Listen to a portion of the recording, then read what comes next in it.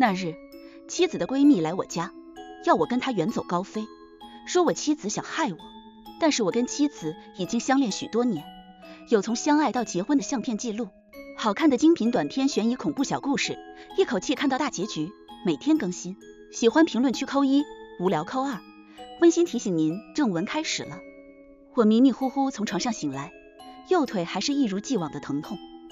距离我出车祸已经有1个多月，这期间我躺在床上动也不能动，一切都是妻子在照顾我。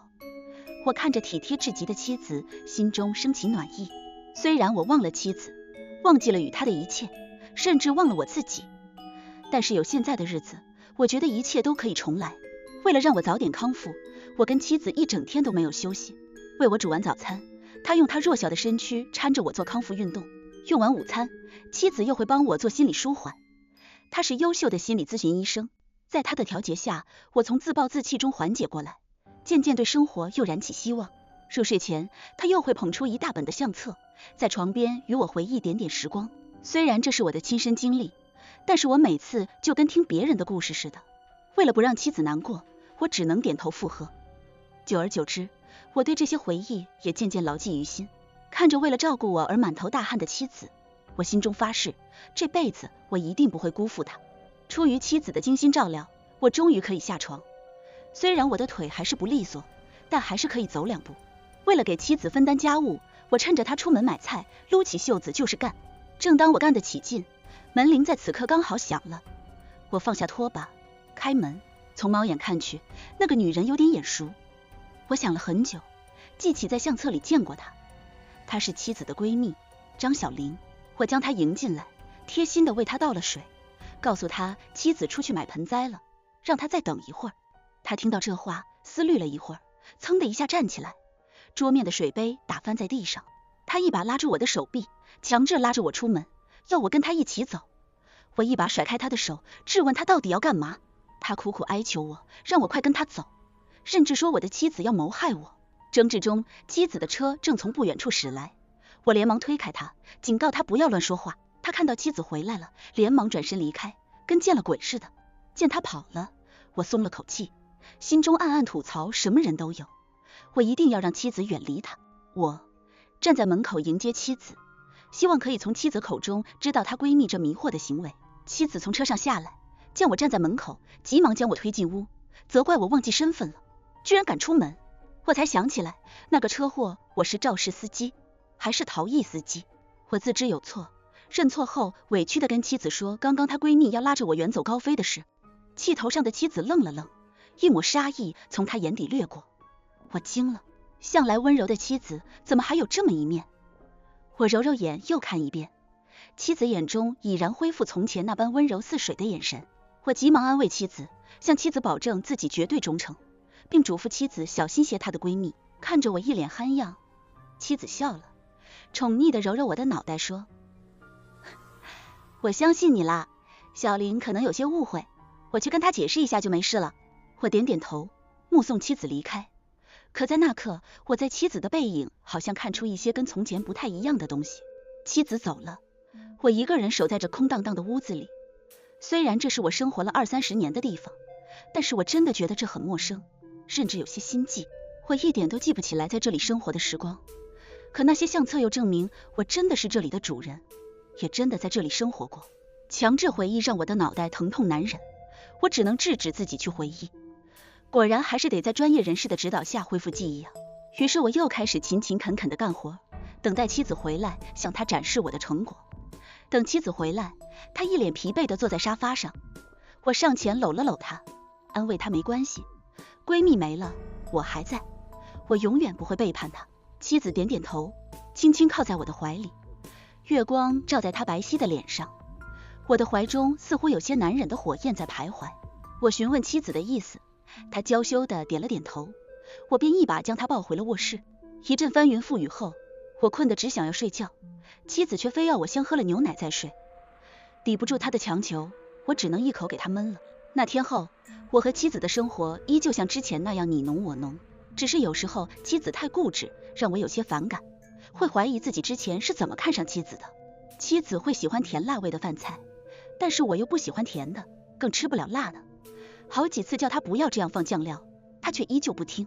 直到那天，我已经好多天没有正常吃饭。当见到他又从厨房里端出来甜辣的土豆丝时，我真的怒了，直接凶他。我是不是跟你说了，不要这样加料？你故意的吧？这一吼，妻子呆呆地看着我，眼里又闪过一抹杀意，但很快又被他压下去。等他再抬起脑袋，已经满脸泪痕，珍珠的眼泪一颗一颗地往下掉，根本止不住。见此，我立刻心软了，大骂自己混蛋。妻子对我这么好，我病在床上，他为我端屎端尿，我还这样对他。我立刻接过他手中的土豆丝，搂着他坐下，细心安慰他，给他解释。见我温柔起来，妻子哽咽着说：从前你都很喜欢这个甜辣味的，我就想着用味蕾刺激的方法，也可以换回你的记忆。他大口换了口气。而且你只是脑震荡，味觉紊乱，体质变化了，后续会好的。我就想你快点好。妻子这么一说，我的心中五味杂陈，更加愧疚了。于是只能硬着头皮将那盘甜辣土豆丝吞下。当夜我竟然全身发红，上网查了，说是过敏。我才知道我对土豆过敏。可是为什么？我妻子跟我在一起这么久，她不知道吗？还是说她是故意的？可是我这2天没惹她呀，所以更大的可能是她不知道。我对妻子隐瞒了过敏的事情，试探问她我有没有什么过敏的，她说没有。这时脑子里突然想起张小玲的话，于是我心中对妻子的存在打上了一个问号。睡前老规矩，妻子端来了牛奶，我假装喝了一口，便去厕所吐掉。或许是没有喝光牛奶的原因，从来都是一觉到天亮的我，半夜就醒了。醒来后，我想着那就起个夜吧，一翻身却发现身边的床位空无一人，妻子不知所踪。我急了，怕是早上那个疯女人又找来家里伤害妻子，急忙起身出门寻找妻子。我在房子里转了一圈又一圈，书房、厨房，就连陈旧的储物间都翻了遍。一个可怕的想法出现在脑子里，不可能，绝对不可能。我跑回房间，扯了一件外套，胡乱围了一条围巾，冲到玄关，正准备穿鞋，就听到砰的一声，声音是从房子里传来的，好像是地下。我放下刚要套上脚的鞋子，我屏住呼吸，光着脚顺着那个声音的方向摸去，那是储物间的方向。我在硕大的储物间里巡视了一圈，什么也没发现。你干嘛？妻子冷冷的声音从我背后传来，给我吓了一激灵。转过头，就见沉着脸的妻子一脸漠视的站在我身后，宛如换了一个人似的。我哪里见过这样的妻子？瞬间我的冷汗冒了一背。唯恐他生气，我急忙磕磕巴巴的解释，我就是起夜上厕所，没见着你，我急死了。妻子一脸谨慎的打量我，我才发现自己身上套着酒红的外套，下半身是短裤，脖子上围着妻子的毛裤。我尴尬的将毛裤扯下，憨憨的挠了挠头。见我真的没有说谎，妻子又换回之前那温柔似水的模样，挽着我的胳膊推我回房间。为了看清他是从哪里出来的，我一把将妻子抱住，在他的挣扎中瞄了一眼他来的地方，那是一个地下室。我自己家有一个地下室我都不知道。上了床，我翻来覆去睡不着。张小玲的话，妻子眼底的杀气，妻子诡异的行为，以及那个地下室，好像一切都是秘密，瞒着我。我思来想去想不通，但隐隐约约觉得答案一定就在地下室。第二天我起床后，在穿衣服的间隙小心翼翼的打探，老婆，你昨天晚上去哪里了？妻子不回答我，又冷冷的回了句，你别管。我不死心，刚想要追问，就听到他说，要想好好过日子，就不要问太多。这么一说，我立马闭嘴了。一个男人被自己的爱人威胁，难道是出于男性的征服欲？我立马开始计划着去地下室，趁着妻子出去，我蹑手蹑脚的往储藏间走去，开了灯，在里面搜寻，果然让我找到入口了。我刚想打开那个盖子，门口就响起钥匙开门声，我急忙退到后边，抽出口袋里的毛巾，假装在打扫卫生。就见妻子来到我面前，问我在这里干嘛。我举着毛巾，一脸无辜的说自己在打扫卫生呢。妻子朝入口瞟了一眼，眼里又结了冰一般的冷。我最后一次警告你，不要去碰不该过界的线。妻子冷哼一声，转身离去。说实话，他那么说，我确实心里咯噔了一下。现在的生活确实很满足，我打量着要不要放弃，可是转念一想，这不就更能确认他必定瞒着什么事？我心中盘算了一下，还是觉得男人的尊严更重要。于是我开始思索，我一进去，一开灯，他就知道了，这说明家里有监控。我瞬间冷汗直冒，这不管了，这只能更加确定我的家，我的妻子，我最信任的那个人对我有所隐瞒，而且还是与我有关的秘密。我乖乖的待了好几天，妻子对我放松了警惕，没有发觉我是在找家里的信号线以及电路位置。如果我要进去地下室，那必须躲过监控。正巧在我摸清路线后，家附近来了一对修电网的，这几天都要维修。借此机会，我摸着黑成功进入地下室。我摸着墙，顺着楼梯下去，期间微微闻到一股熟悉的味道，但是我不知道这到底是什么味道，怎么也想不起来。可能没失忆之前闻到过吧。我一步步小心翼翼地下楼，看见一点微弱的灯光，顺着灯光，我来到地下室的门前。我推了推门，发现门被锁住了，低头用微弱的光仔细打量这个锁。这锁是欧洲古代那种用大钥匙才可以开的。我用手摸了摸形状，退出地下室，回到书房，用刚刚的记忆去画出那个锁的结构。画出来后，我越看越熟悉，这不就是妻子脖子上的项链钥匙吗？怪不得啊，她每天都要带着那个钥匙入睡。我又消停了几天，没有再下去地下室，而是不断在查找复制钥匙的方法。于是我在书房待了好几天。可是我以前真是太爱文学了，一点关于生存方法的书都没有。我郁闷的到花园去逛逛，霉运来了，赶也赶不走。一群鸟竟然朝我头上拉屎，真的气死了。我一把抹掉头上的鸟屎，在洗手时却发现自己的指纹清清楚楚的印在鸟屎上。我欣喜若狂，进厨房抓了一把米喂它们，准备接它们的屎。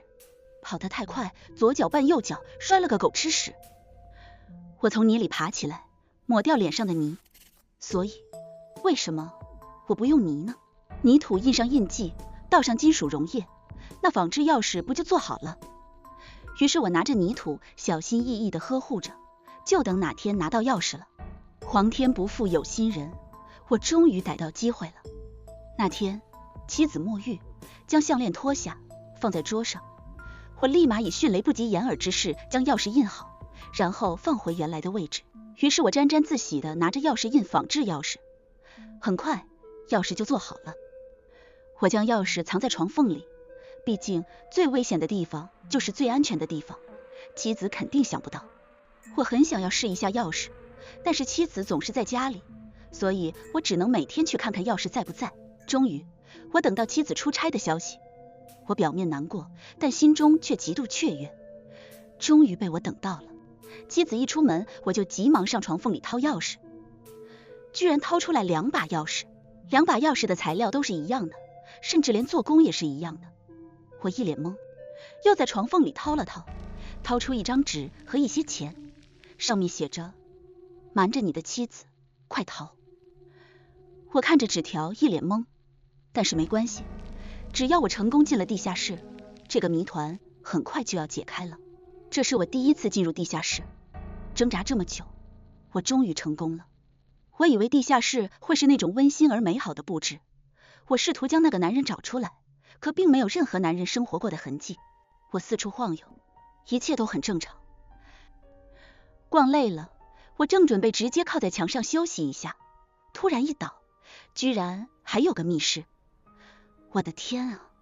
密室是个正方形，用一块帘子隔成2半，正面映入眼帘的是密密麻麻的监控，厨房、书房、卧室。我头脑发麻，围着监控观察了一番。我转身撩开塑料帘子，居然陈列着10几个人。我吓得直后退，正好碰到手术盘，一张张照片随着盘子掉在地上，是手术的记录照片。我大口大口的喘气，努力让自己镇定下来。待我冷静下来，才拿起地上的照片一张张看起来。这是整容手术的过程照片。我想找第一张和最后一张照片，却翻来覆去找不着。我倚着架子站起身，努力克制自己的害怕，去靠近手术台上的人。靠近后，我才发现，原来这是个假人，但是他的脸却跟我一样。知道这是假的，我的腿也使得上力了。我撑着手术台望去，一排过去都是假人，都有同一个特点，就是跟我有着同一张脸。我心跳不止，努力控制呼吸，尝试让自己冷静下来。调整好心情，我开始整理资料，一些陈旧物品，一本青春日记，我与老婆的过往，一本观察日记，对象是我，时间从我醒来那天开始，一本催眠心理手册，上面满是笔记，一份医疗书，上面的名字和样子我不认识，一份整容草谱，上面是我的模样以及另一个男人的模样，2张身份证，一张我的，一张是那个男人的。我看陈列的整整齐齐的人模，又看看手中的资料，所以事情已经很清楚了。我本是这个男人，但是我又为什么成为现在这个样子？陈敏要害你，你快跟我走！我的脑海里突然冒出张小玲当初拉着我的场景。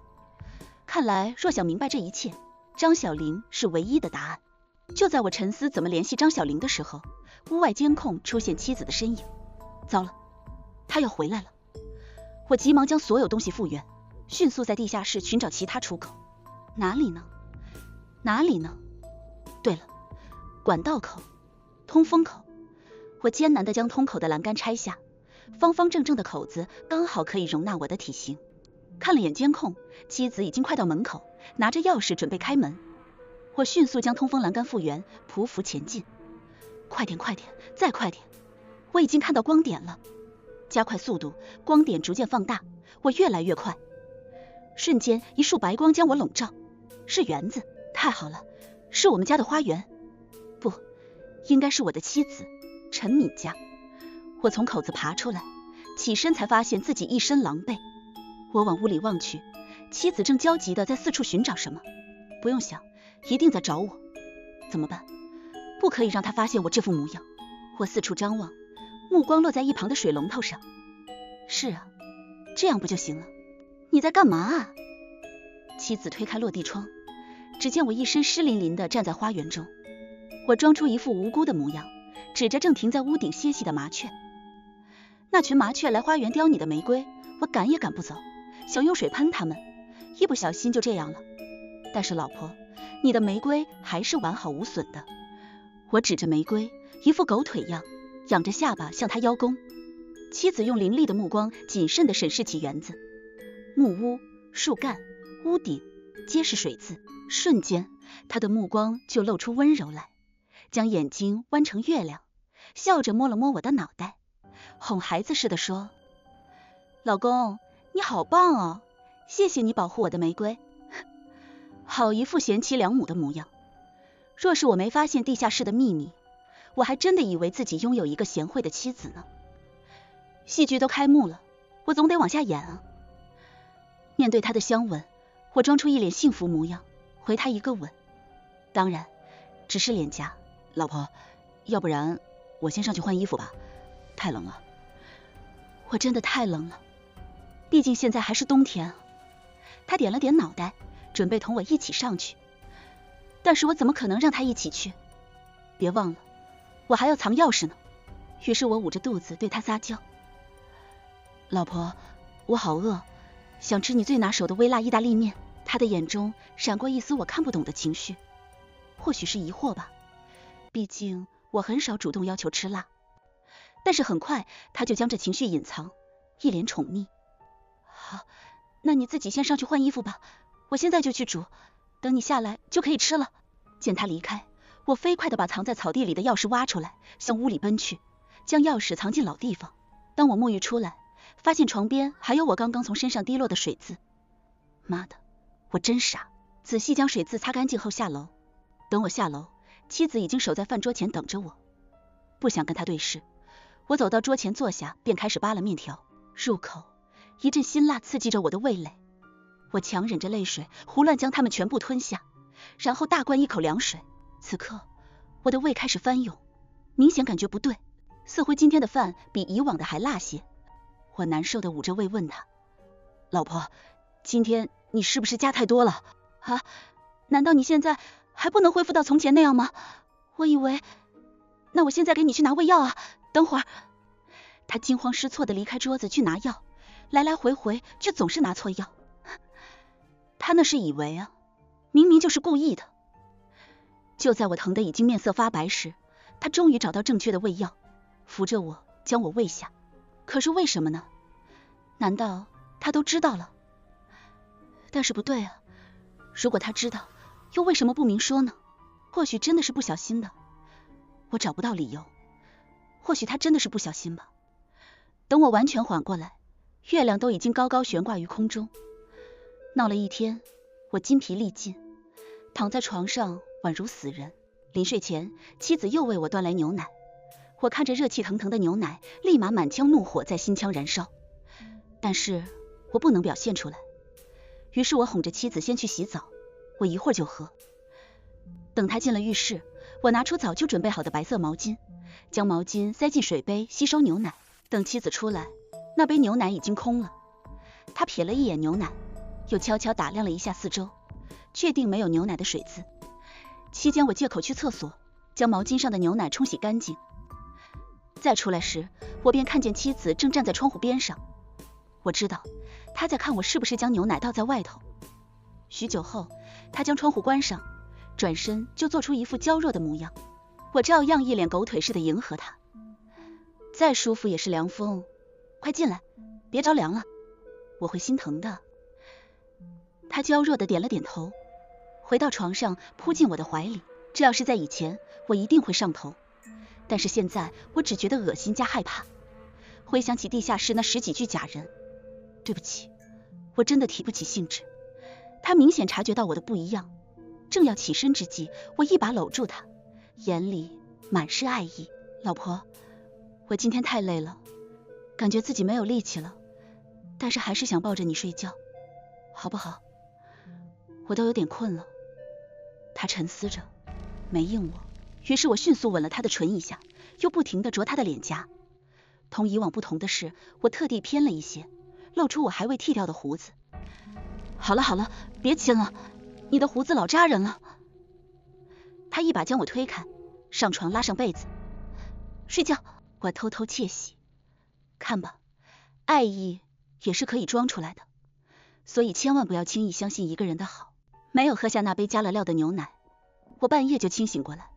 我轻声在妻子耳边唤了几声，没反应。于是我蹑手蹑脚的下床，走到梳妆台取走她的手机，在一排的通讯录中找到张小玲，看着手机界面弹出已发送的字眼，再把发送过的信息删掉，蹑手蹑脚的将手机放置原位，再回到床上。凌晨的夜格外的静，甚至可以听得到外头雪花融化的滴答声，而我的胸腔中心脏不断猛跳，期待与紧张交织在一起，我都不知道自己是怎么睡过去的。刺眼的阳光打在我的脸上，我拿起边上的闹钟看了看，已经12点了。习惯性的伸出右手，却发现已经空无一人。没人，我顿时从床上跳起，心中忐忑，难道他知道了？于是我急急忙忙套好裤子，跌跌撞撞冲下楼梯。空无一人，我在房子里转悠，肚子咕咕作响，准备进厨房煮些东西，视线却被餐桌上白色的信笺吸引过去。看来是我之前没注意到。我将信笺打开，上面写着：老公，我去看画展了，看你睡得那么香，我就没有叫你，照顾好自己。真是赶早不如赶巧啊。他走了，我也好跟张小玲见面。吃完饭已经1点半，我在屋里来回踱步，心跳加速。我很紧张，紧张到手心不断冒汗，时不时从房里探头看他有没有到。大笨钟的时针慢慢指到3，分针指到6，噔噔噔噔，终于到点了。叮，门口的铃声伴着笨钟的声音响起。我快步赶到门口，从猫眼往外望，是了，是他。他戴着一副墨镜，脖子上围着绿夹黄的丝巾，脸上戴着黑色口罩。我开了门，迅速将他拉到监控死角。张小玲，你上次说要带我走是为什么？我双手搭上他的肩膀，努力克制自己愤怒的情绪。你知道了？张小玲压低声音，扯着沙哑的声音问。我点了点头，松开他肩上的手，指着地下室的方向，接着说，那下面都是证据，只是我想不起来我曾经是谁，为什么在这里，也找不到理由。我越说越激动，咬牙切齿，额头的青筋暴起。如果现在给我一块石头，我一定可以捏碎它。唉，张小玲叹了口气，晃了晃脑袋。都怪我，是我当初太心软了。从张小玲的讲述中，我才明白，原来我是撞了妻子丈夫的那个司机。在她丈夫去世后，陈敏来到我所在的病房，看到我的身形与她的丈夫是如此相似，于是一个可怕的想法从她心中萌生，改造我。妻子找到身为整容医生的张小玲，为自己失去丈夫而痛哭，哀求她帮助自己。多年友情，张小玲看不得自己交往10年的闺蜜自我放弃，心一软便答应了她。同时，身为精神科医生的陈敏开始对我精神催眠，让我忘记自己的过往，接受她的记忆植入。于是我成为她的新丈夫。我听着这违背道德的行为，心里一阵抽搐。怎么会有人能做出这样十恶不赦的事？这是逆天改命啊！就在我正要对着张小玲破口大骂时，大门传来砸门声，咚咚咚，隐约还能听到门外的呐喊：开门，快开门！完了，一定是妻子回来了，她一定是知道我约张小玲来家里了。可是她怎么知道的？我飞快地巡视了一圈周围，目光落在一盆崭新的绿植上。没时间了，我一把抓起盆栽，和张小玲从花园的小门逃出去。不知道跑了多久，我们在一片空地上停下。妈的，累死我了！此刻我大汗淋漓，弓着腰，双手扶膝，大口大口的喘气。手里的绿植被我紧紧抓在手里，我拔出绿植，一把扔在地上，挖掘里头的泥土。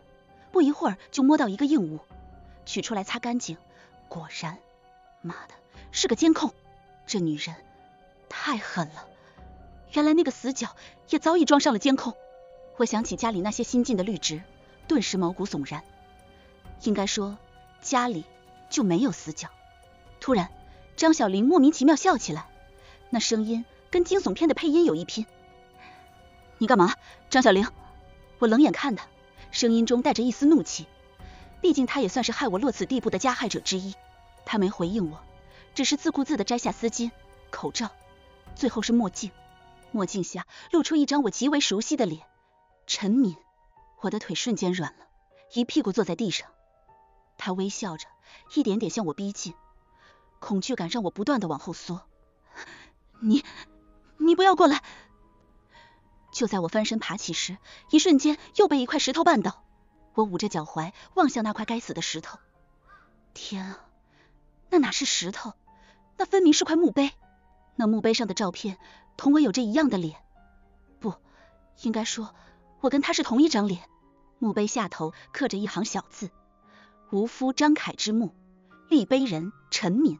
我迅速从墓碑上爬起，抬头望去，这个墓碑后面居然还有好几座墓碑，没有名字，只有遗照，唯一的特点就是都是同一张脸。看到这场景，鸡皮疙瘩瞬间冒到头顶。你知道吗？我跟张凯认识6年了，我从小就爱慕他。到了大学，我拼尽全力让他爱上我。他很温柔，很体贴，他爱吃辣，但是我吃不了，于是每天都逼自己吃很多辣。陈敏的声音从我背后悠悠传来，声音里满是幸福和喜悦。突然，声音里又开始夹杂着哭腔。就是你们，都怪你们，你们杀了他。那是我们3周年，我说要个孩子，他不愿意，可是我们结婚都1年半了，他还是不愿意碰我。我气急了，我跑出房屋，他在后面追我，然后他附在我的耳边，突然大吼。我抱着他的身子，他满身都是血，脸上都是血痕。医生来了，我哀求他们救救他，可是他们说没救了，没救了，原本活生生的人啊。我好不容易重新得到他，就因为你，让我又一次失去他。说着说着，他突然靠近我，我扬起手去挡，他一把抓住我的手臂，用手托起我的脸颊。为了给你弥补罪过的机会，我在密室待了好久，练了好久。你是我最精美的作品。他俯下身，将我环抱在怀里，一阵媚笑。你呀，乖乖的，只要你乖乖的，我们照样是模范夫妻。跟我在一起，你不用辛苦开车，就乖乖的在家里跟我过一生。我看着他疯魔一般的模样，心里满不是滋味。我迅速在脑袋里捋了捋事情原貌。她的第一任丈夫死于车祸，车祸惨不忍睹，丈夫面目全非，当场身亡。妻子杀心起，去往医院，打算让奄奄一息的货车司机偿命，却发现货车司机的身形与丈夫极为相似。阴谋出现，她让身为整容医生的闺蜜帮忙，闺蜜看在多年友谊的份上，帮了她。直到这位第二任丈夫车祸身亡，然后就到了我。极度聪明的脑袋，加上地下室里勤恳的练习，整容对她而言小菜一碟，而我是她最精美的作品。我叹了口气，可恨之人必有可怜之处，那刻我心里竟然升起一阵怜悯。你知道什么是爱吗？你真的爱他吗？他没回答。真正的爱是放手，他人都去了，你却依旧死死不放手。你要明白，就算你复刻1000个万个，也不可能是他。你不要麻痹自己了。陈敏说完，我能明显察觉到他的身子僵了。沉默许久后，他沙哑着嗓子开口了。那又如何？我只要天天看见他，我就心满意足。见他执迷不悟，我也知道，我除了逃，没有其他办法。趁他不注意，我一把推开他，迅速起身，直奔外头跑去。回头，他没有追我，只是直愣愣地站在那里。不对，他不是愣住了，他好像是在等什么。不管了，我还是赶紧跑吧。刚回头，一束强烈的光伴着刺耳的车鸣声朝我而来，瞬间我觉得自己腾空而起，随着砰的一声重重倒地，全身疼痛将我覆盖，我的5脏6腑好似移了位置似的，暖流从我体中逆流而上，我知道那是血。在我昏过去前，一个穿着红色皮裙的女人将我拥在怀里。都说了要你乖乖的，为什么不听话？她伸出去将我瞪得极大的眼睛轻轻捂上，于是我直接昏迷过去。老公，老公，你醒了吗？一个熟悉的声音落入我的耳朵，这是陈敏。我缓缓睁开眼睛，熟悉的事物映入眼帘，房间里的摆设跟我第一次醒来时一模一样。老公，你醒了！一个女人欢悦地叫道。我转头一看，还是那张熟悉的脸，是陈敏。她一脸开心地捧着我的脸蹭着，全身使不上劲，我奋力地将脸从她手上移开，转向一边。老公，你怎么了？不开心吗？是不是我哪里做错了？我默不作声，闭上眼睛装作小气。见我不理他，他在一旁开始哭哭唧唧。哼，演得可真好，奥斯卡小金人真应该颁给他。哭得我心烦意乱，只能安慰他，我人不舒服，想要休息一下。他识趣，放下手上的东西就出去了，还不忘将门关上。到了中午，妻子非要给我进行心理调节，受不了他的唧唧歪歪，我只能接受。等等，心理调节？上回就是心理调节，让我渐渐忘记过往。我寻了借口将他送出去，环视周围，发现床头柜上留有纸和笔，立马撕下笔记本的一页，用颤抖的手写下：瞒着你的妻子，快逃！在妻子回来前，把笔和本子放回原位，将手垂在床边，纸条落入床缝。妻子回来，抚掉我额头的汗水，瞥了眼床柜的本子和笔，轻蔑一笑，将它们扶正，起身离开，嘱咐我好好休息。